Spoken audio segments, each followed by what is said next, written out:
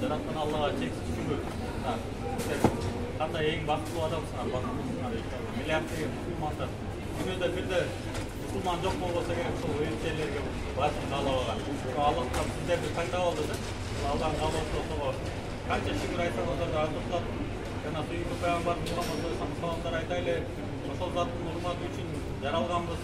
Эгер сен болбогондо мен асман жерде бейиш тозокту жаратпайт элем, өзүнүн Кудай экенин таанытпайт элем деп жараткан Алла. Ошол пайгамбарыбыздын шаарына барып биринчи конот келсеңер иншалла.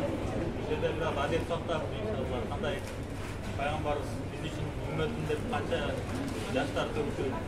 Ушундай пайгамбарыбыз ким менен дүйнөдөн өткөндө зыярат кылса, тили көзүндө зыярат кылгандай болот дейт да.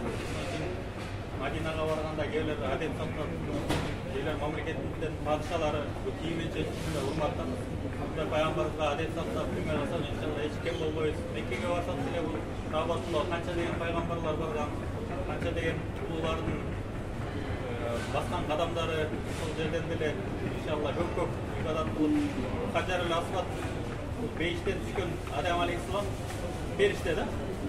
Адам алейхиссаламдын досу эле да. Ошол кайтарып жүрчү Адам алейхиссаламды. Бир күнү ошол шайтан азырып, ал бир жака кетип, Аллахтын акчысы келип ташка айланып турган, ошол жерге түшкөндө анан Адам алейхиссалам айланган. Ошол периште иншалла ал көбөлүккө өтөт. Камера кандай тартса, иншалла кыямат күнү сиздерди ким зыярат кылса, иншалла шафаат кылат деп. Ошон үчүн ошол таваф көбүрөөк кылайлы, Мадинада пайгамбарыбызга салават көп айтайлы. Ошондой улуулар бар. Ар бир жерде адебин сактайлы. Илимден да адеп жогору дейт. Барыңыздарга жолуңуздар болсун.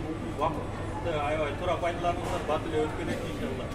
Биз деле ошол барганда убакыт үчүн кичине өкүнүп калат эми. Ошон үчүн ар бир убакытты туура пайдаланып, анан момундун көңүлү дейт Каабатулладан да ыйы кылган экен. Ошон үчүн барганда бири-бириңизге бир тууган болуп, агайыны, эже, карындаш болуп. Ал жерде Пакистандык туугандар да бар, индустар да бар.